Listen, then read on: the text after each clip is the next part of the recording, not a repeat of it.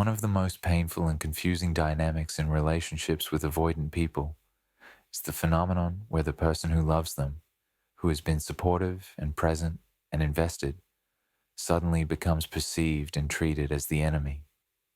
The shift is dramatic and devastating. The same person the avoidant was once drawn to, the person they pursued or at least accepted into their life, the person they might have even expressed care or love for, becomes the target of their criticism, their withdrawal, their cold dismissal, their defensive attacks. The partner who is offering love and support finds themselves cast as threat, as burden, as problem that needs to be managed or escaped. This transformation happens not because of anything the partner did wrong, but because the relationship reached a level of closeness and intimacy that triggered the avoidant person's deepest wounds and most intense defenses. The very love and care the partner is offering, the consistency and presence they're providing, the emotional investment they're demonstrating, all of these become threatening to the avoidant person's defended sense of self. The partner becomes the enemy, not because they're harming the avoidant, but because they're offering intimacy that the avoidant system interprets as dangerous, because they're creating conditions where the avoidant person is becoming vulnerable and attached, because they represent everything the avoidant person has organized their life to avoid: dependence, need, vulnerability to loss, emotional exposure. The shift from lover to enemy is tragic because it reveals that the avoidant person's wounds are so deep and their defenses so strong that even genuine love offered with good intentions cannot be received without triggering fight or flight responses. The person offering the most care becomes the target of the most hostility. The person providing the most safety becomes perceived as the greatest threat. The person who should be the closest ally becomes treated as the adversary that must be defeated or escaped. Understanding this dynamic, why it happens and how it manifests, illuminates both the depth of avoidant wounding and the impossibility of loving someone out of their defensive patterns without their active commitment to healing work that addresses the core wounds driving this tragic reversal. The shift from safe person to perceived threat. The relationship with an avoidant person typically begins with you being perceived as relatively safe, even attractive and desirable. The avoidant person is drawn to you, engages with you, allows some level of connection to develop. During this initial phase, you're not perceived as threat because the relationship hasn't yet reached the depth that would trigger the avoidant's core defenses. You're still relatively unknown. The relationship is still somewhat surface level. The stakes feel manageable, and the avoidant person can maintain their defensive distance while enjoying the positive aspects of connection. But as the relationship deepens, as time passes, and intimacy naturally develops, a shift occurs where you gradually transform in the avoidant person's perception from safe person to threatening presence. This shift is not sudden or consciously chosen. It's gradual psychological process that happens automatically as the relationship crosses certain thresholds of intimacy and importance. The first threshold is when the avoidant person recognizes that they actually care about you, that you've become important to them, that losing you would genuinely hurt. This recognition, which would feel good to most people and would deepen their investment in the relationship, feels dangerous to the avoidant person. Caring about someone means being vulnerable to loss. Importance means dependence. Potential hurt means danger. The moment you matter enough that losing you would be painful is the moment you begin shifting from safe to threatening in their internal experience. The second threshold is when you begin expressing your own needs, expectations, or desires for the relationship's progression. In the beginning, you might have been relatively low demand, simply enjoying the connection without pushing for definition or commitment or greater intimacy. But naturally, as relationships develop, people begin expressing what they need and want. You might express that you want more time together, or more emotional sharing, or clarity about where things are going, or commitment to building something lasting. These expressions are normal and healthy in developing relationships, but to the avoidant person, they register as demands, as pressure, as attempts to control or trap them. Your needs become threatening because they require the avoidant person to either meet them, which would mean deeper intimacy and commitment they fear, or to disappoint you, which would create conflict and guilt they also fear. The third threshold is when the relationship begins to interfere with the avoidant person's defended independence and autonomy.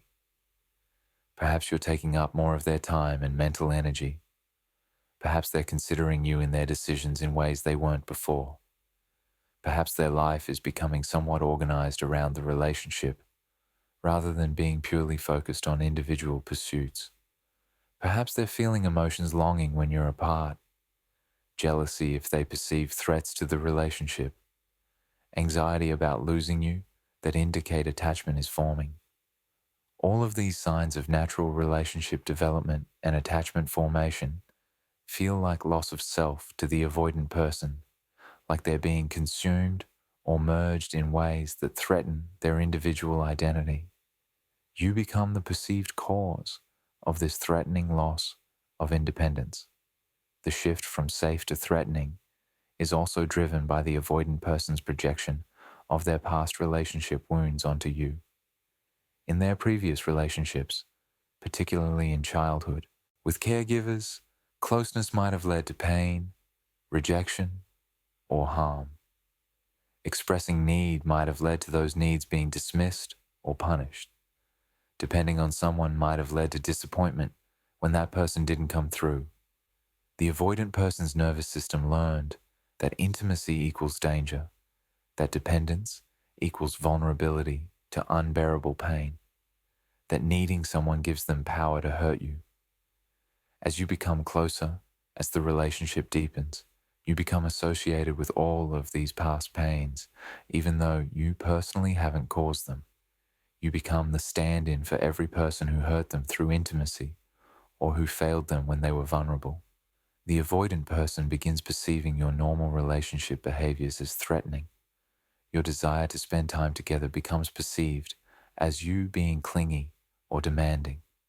Your emotional expression becomes you being too intense or too much. Your needs become burdens that prove you're too needy. Your requests for commitment become you trying to trap them. Your vulnerability becomes weakness that makes them feel responsible for your emotions in ways that feel overwhelming. Every healthy, normal aspect of intimate relationship gets reframed through the avoidant lens as something dangerous that justifies their defensive withdrawal.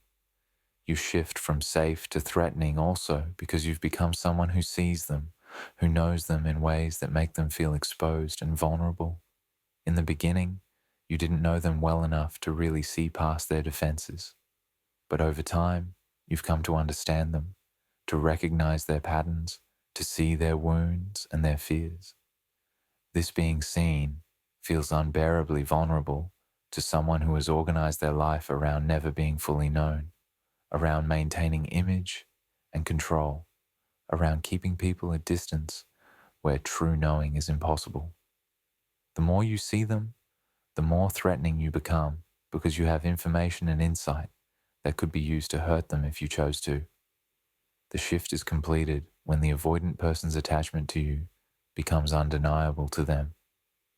They cannot lie to themselves anymore that you don't matter, that they could take or leave the relationship, that they're not invested. They've become attached despite all their defenses. They need you in ways they swore they'd never need anyone. They depend on you for happiness or validation or comfort in ways that terrify them. This recognition of their own attachment and vulnerability is the final trigger that completes your transformation from safe person to enemy. You're no longer just someone they're casually dating or spending time with. You're someone they need, and that need is so threatening that you must be pushed away, devalued, kept at distance, or even eliminated from their life entirely to restore their sense of safety and control. How closeness activates the enemy protocol. In their mind, once you've crossed the threshold from safe person to perceived threat, the avoidant person's psychological system activates what can be understood as an enemy protocol, a set of defensive responses designed to neutralize threats, create distance, and protect the self from perceived danger. Understanding how this protocol operates and what specific mechanisms it includes illuminates why the avoidant person suddenly begins treating you with hostility, criticism, coldness, or dismissal that seems completely disproportionate to anything you've actually done. The enemy protocol begins with the avoidant person's attention shifting from your positive qualities to your flaws and incompatibilities.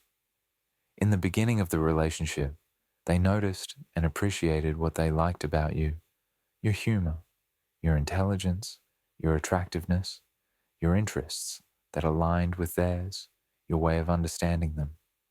But once you become threatening through closeness, their attention shifts to focus almost exclusively on what they perceive as your flaws. Suddenly, they're noticing how you talk too much, or how your laugh annoys them, or how your political views differ from theirs, or how you're not as ambitious as they thought, or how you need too much reassurance. These perceived flaws might have always existed, but they weren't the focus of attention when you were safe. Now that you're threatening, the avoidance mind searches for and magnifies flaws as justification for creating distance or ending things. This flaw finding and magnification is not conscious manipulation. It's automatic defensive process where the avoidant person's mind is trying to build case for why you're not right for them, why the relationship shouldn't continue, why they need to create distance. By focusing on your flaws, they're trying to make pushing you away feel justified, rather than like they're running from intimacy. They're trying to convince themselves that the problem is you and your inadequacies, rather than their own fear and inability to handle closeness. This process is called devaluation in attachment literature, and it's particularly cruel because the person being devalued has typically done nothing to deserve this sudden shift in how they're perceived. The enemy protocol includes the avoidant person withdrawing emotionally and physically in ways that feel punishing. They become less available, less responsive, less present, even when physically there. They stop initiating contact or drastically reduce it. They cancel plans or become unreliable. They seem distant or cold in ways that create anxiety and confusion in their partner. This withdrawal serves multiple functions. It creates the physical and emotional distance they need to feel less threatened. It punishes you for having gotten too close, and it tests whether you'll pursue them or whether you'll accept the distance. The withdrawal is often unconscious communication that says, "You've gotten too close, and I need you to back off, and I'm going to make things uncomfortable enough that you either do back off or you leave entirely."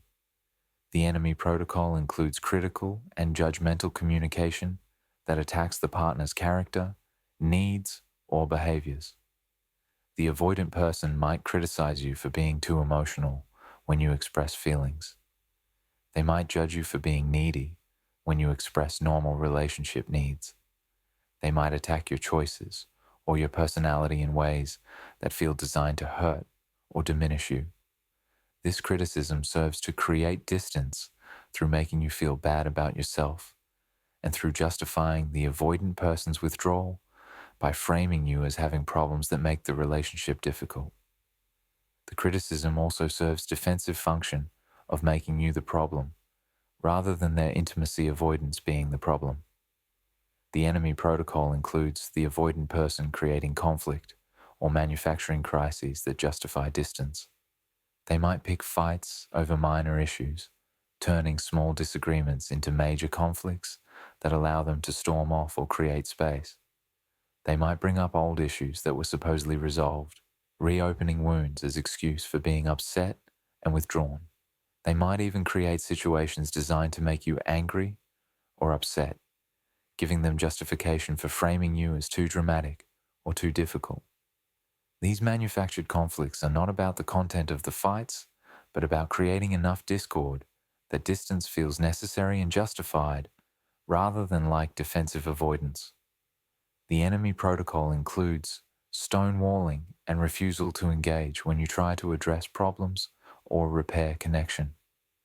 When you attempt to discuss what's happening, to understand their withdrawal, to work through conflicts, the avoidant person shuts down completely. They won't engage in the conversation, won't answer questions, or will answer minimally and defensively, won't take any responsibility for the problems. This stonewalling communicates that you're not worth engaging with, that the issues aren't worth discussing, that they're unwilling to do the work of repair. The stonewalling creates immense frustration and often pushes partners into more intense attempts to connect or to be heard, which then gives the avoidant more ammunition to label the partner as too much or too demanding. The enemy protocol includes the avoidant person establishing or enforcing rigid boundaries that feel more like walls than like healthy limits.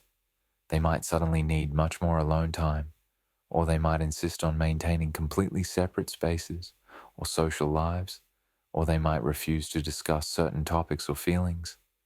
These boundaries are presented as healthy self-care, but they're actually defensive fortification designed to keep you at distance where you can't threaten them with intimacy. The boundaries are one-directional, protecting the avoidant person's comfort while ignoring or dismissing your needs for connection and emotional availability. The enemy protocol includes triangulation, where the avoidant person brings other people or situations into the dynamic as way of diluting the intimacy or creating buffer between themselves and you. They might become suddenly very focused on work or hobbies that exclude you.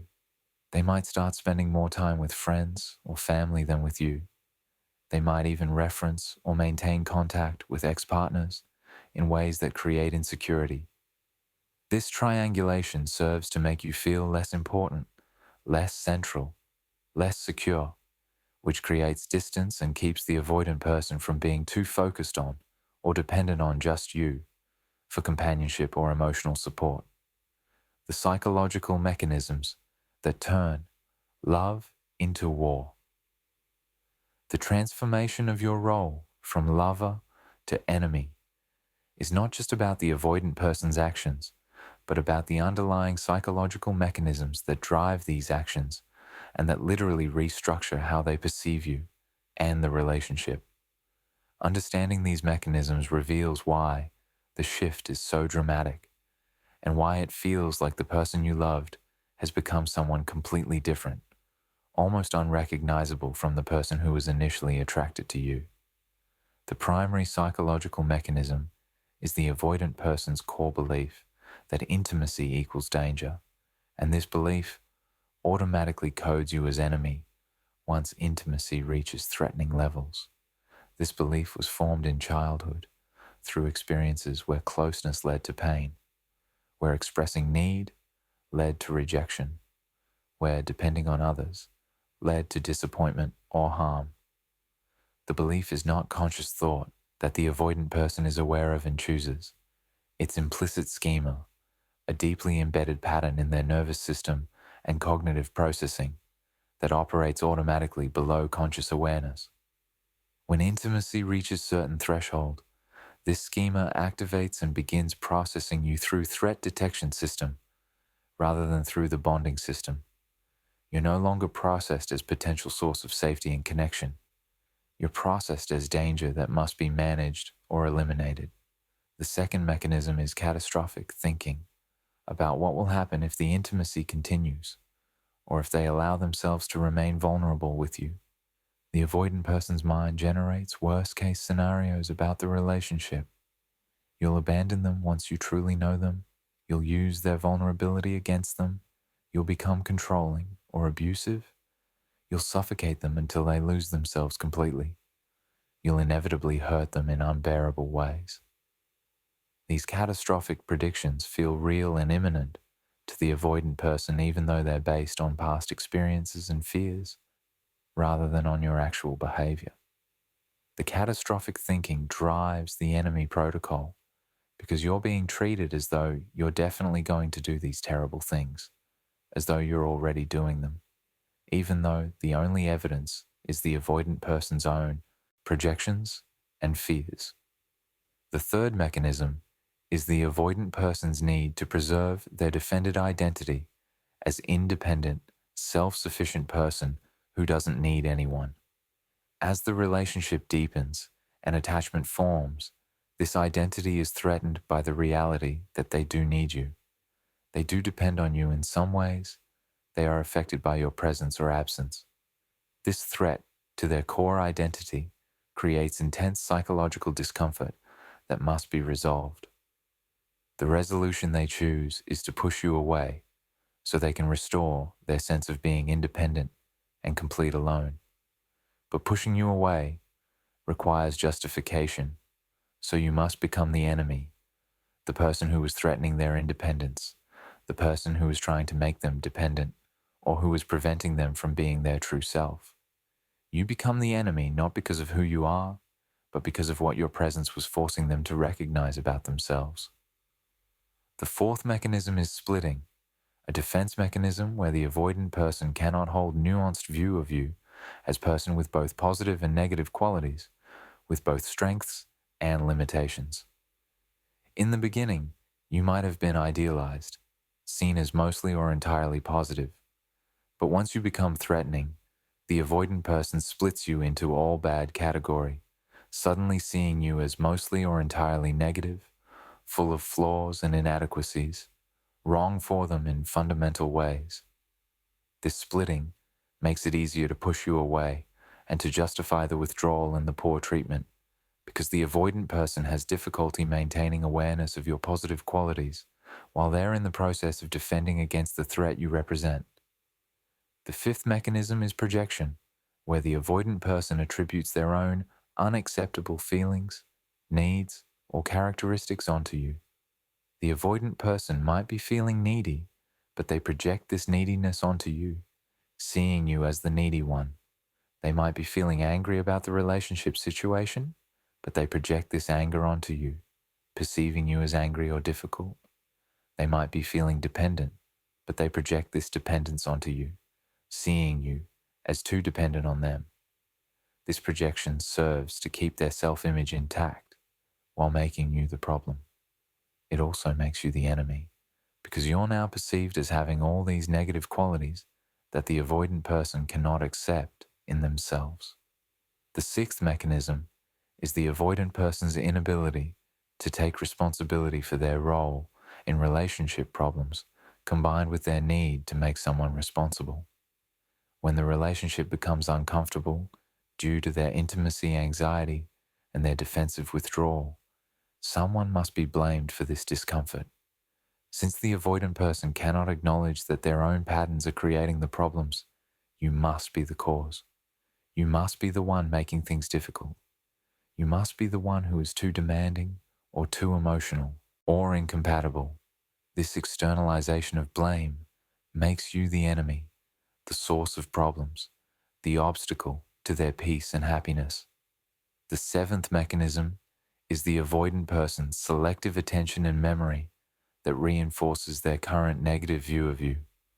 Once you've become threatening and the enemy protocol is activated, the avoidant person's attention and memory systems become biased toward noticing and remembering negative things about you and about the relationship while filtering out or minimizing positive experiences. They remember fights and disappointments, but forget the good times. They notice your flaws, but no longer see your strengths. They recall moments when you were needy or emotional, but don't remember the many times you were understanding and gave them space.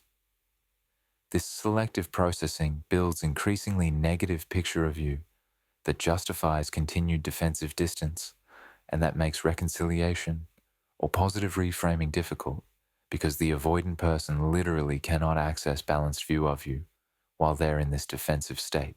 Why they attack the person they need most. The ultimate tragic irony of the avoidant person's transformation of lover into enemy is that the person they're attacking, the person they're treating as threat, is often the person they actually need most, the person who could provide the very safety, acceptance, and love that their wounded self longs for underneath all the defenses. Understanding why they attack precisely the person who could help them most reveals the depth of their wounding and the cruel paradox at the heart of avoidant attachment. The avoidant person attacks the person they need most because that need itself is what feels most threatening. Needing someone means depending on them, which means giving them power to hurt you. Needing someone means accepting that you're not completely self-sufficient, which threatens the defended identity as independent person who doesn't need anyone. Needing someone means becoming vulnerable to loss if that person leaves or disappoints you. All of these implications of need feel dangerous to someone whose early experiences taught them that need leads to pain. So the person they need most becomes the person they must attack and push away to prevent the catastrophic outcome they fear will inevitably follow from allowing themselves to need. The attack is also driven by the avoidant person's shame about needing. They've internalized belief that need is weakness, that requiring support or comfort or love from others is shameful inadequacy that reveals they're broken or insufficient. When they recognize their own need for you, when they catch themselves depending on you or looking forward to seeing you or being affected by your absence, they experience intense shame. This shame is intolerable and must be managed, and the management strategy they employ is to attack you for making them need you, for forcing dependence upon them, for being the cause of their shameful need. The attack externalizes the shame, making you the problem rather than having to sit with their own shame about being human and having attachment needs. The person they need most is also the person who sees them most clearly, who has gotten past their defenses enough to witness their vulnerability and their wounds. This being seen is exactly what the avoidant person needs for healing, someone who can see them fully and still accept them. But it's also what they fear most, because being seen means being exposed, means having your defensive mask removed, means someone knowing the parts of you that you believe are unacceptable. The attack on the person who sees them is an attempt to make that person stop seeing, to re-establish the distance and the defenses that prevent being known. It's also sometimes revenge for the discomfort of being seen, punishing you for having gotten close enough to witness what they wanted to keep hidden. The avoidant person attacks the person they need most because that person's presence and love activates the pain of what they didn't receive in childhood. When you love them, when you show up consistently, when you offer the care and acceptance that their younger self needed and didn't get, it highlights the absence of that care in their formative years.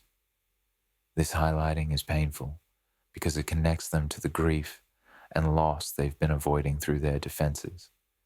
Rather than allowing themselves to feel this grief and to grieve what they didn't receive, they attack you for making them feel this pain, for activating wounds they wanted to remain dormant. You become the enemy for bringing them into contact with their own pain. They attack the person they need most, because allowing themselves to receive what you're offering would require dismantling defenses that feel necessary for survival. The avoidant person's defensive structure was built to protect them from further hurt, and it's been maintained through years of reinforcement. To receive your love and care would require lowering these defenses, which would feel like removing protective armor while standing in battlefield. The vulnerability required to truly receive love feels like life or death risk to someone whose nervous system learned that vulnerability leads to unbearable pain. So they attack you to keep you at distance where they don't have to face the terror of lowering their defenses and accepting what you're offering. The person they need most is attacked because the avoidant person's self-protection takes precedence over relationship or connection. When the choice is between maintaining defensive structure that feels necessary for survival versus opening to intimacy that offers potential fulfillment but also potential devastation, the avoidant person will choose self-protection every time. They attack and push away the very person who could provide what they need because the risk of accepting it feels too great. The vulnerability it would require feels too dangerous, and the fear of being hurt outweighs the desire for connection. This is the tragedy at the heart of avoidant attachment. The self-protection that was necessary in childhood becomes the very thing that prevents healing and fulfillment in adulthood. They attack the person they need most because admitting they need anyone contradicts the narrative they've built about themselves and their patterns. The avoidant person has told themselves they're independent. They don't need intimate relationships. They're better off alone. They're not like other people who seem to require partnership to be happy. Recognizing that they need you threatens this entire narrative and forces them to confront that they've been lying to themselves, that they do have the same human needs as everyone else, that their defensive independence is not actually satisfying or sustainable. Rather than confronting this truth and dismantling the false narrative, they attack you as a way of maintaining the narrative, proving to themselves that they don't need you by pushing you away and surviving your absence. The person they need most becomes the enemy because the avoidant person's wounded parts are at war with their defended parts. A wounded part recognizes you as safe, as someone who could help, as person who sees and accepts them.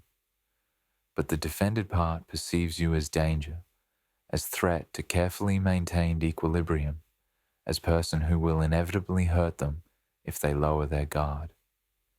These parts cannot be integrated without conscious work, so they remain in conflict, and the defended part typically wins, leading to the attack on you.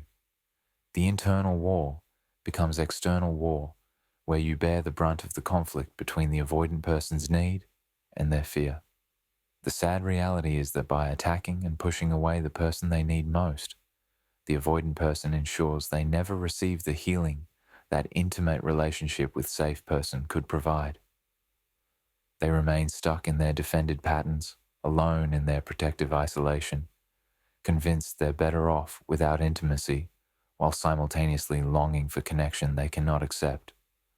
The lover becomes the enemy, not because of the lover's actions, but because the avoidant person's wounds are so deep that even genuine love is processed as threat. This dynamic will repeat in every relationship until the avoidant person does the sustained therapeutic work necessary to address the core wounds and beliefs that drive their patterns. Until that work happens, anyone who loves them and gets close enough to matter will eventually be transformed from lover to enemy, pushed away through the same defensive attacks, leaving both people hurt and the avoidant person confirmed in their belief that intimacy is dangerous and they're better off alone, even though that belief is the very thing preventing them from experiencing the love and connection that could make their life meaningful.